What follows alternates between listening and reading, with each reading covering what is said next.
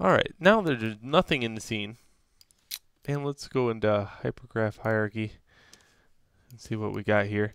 So you'll see this nice clean scene. Got a bunch of poly surfaces and they're all on one thing. So what I want to do here though is take these poly surfaces off this group, because this group could get really ugly at times. So I'm going to highlight all these, middle mouse button, click and drag them out just like that. Perfect. Another thing I want to do is take and clear all history by first doing a series of things. Edit, delete by type history, modify, freeze, or modify center pivot, and then modify freeze transformations. There we go. So now each object should have a good center point. Now there's certain parts of the objects that needed to be combined again. So I'll show you what that is on the Catapult.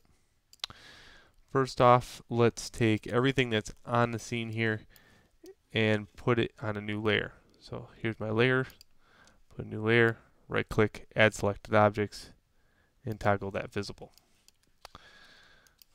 Okay, next we'll look at what's dynamic, what needs to be combined.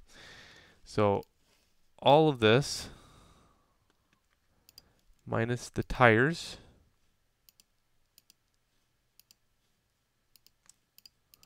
there more than one tire here? Yes, there is more than one tire here.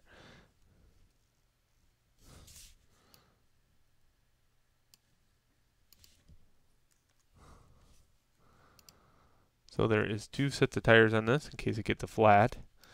Okay, highlight all this, minus this, this, the tires, and the rope.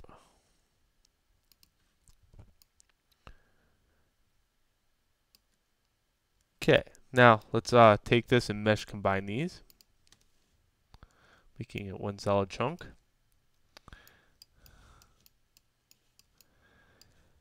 This rope here, we're going to take and combine them together like this. Modify center pivot. We'll do the modify center pivot for this one. Okay. The rope, we're going to go into the dynamics, go into edits under animation, animation, create deformers, linear, and then we'll do a twist on that one. We'll put a twist so we can actually go in here and rotate it in the front view 90 degrees. Okay. And what that'll do is, you know, I have the twist on here and I can do start angle and I can twist that up. Just like that. Pretty neat, huh? Okay. So we can key that. We'll do that in a little bit. All right, what else? Well, we need we need a locator. Create locator. And this locator I'm going to put right above this ball.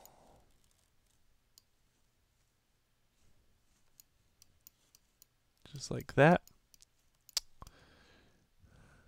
Also need another locator. And we'll need to put this at the pivot point of this, which needs to be changed.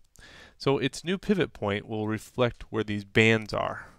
Okay, to change a pivot point of something, you hit D on the keyboard to scoosh it.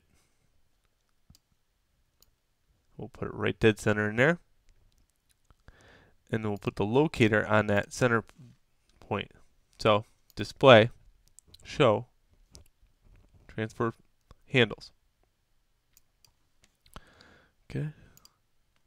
This gets V on the keyboard to that. Good, good.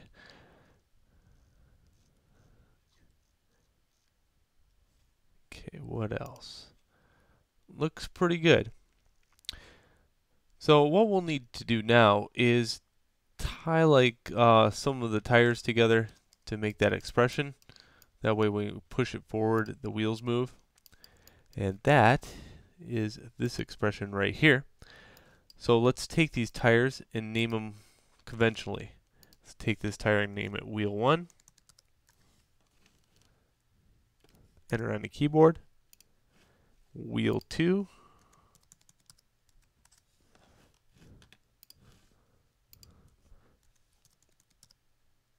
Three, and wheel 4.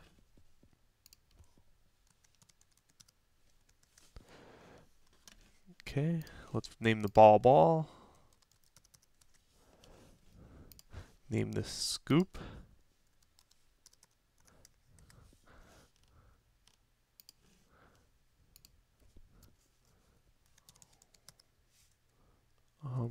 Name this trigger.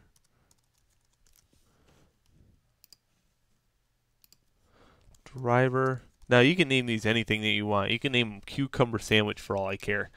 But I like naming things conventionally.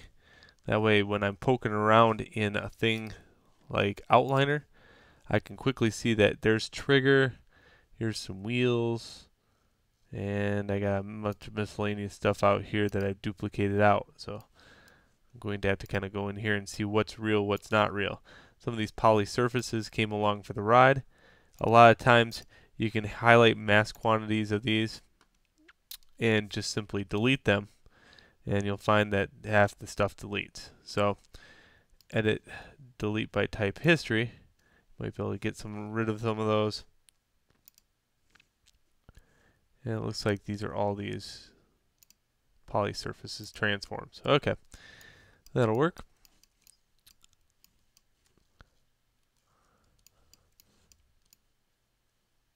Okay, well, it looks like you prepped the model pretty good.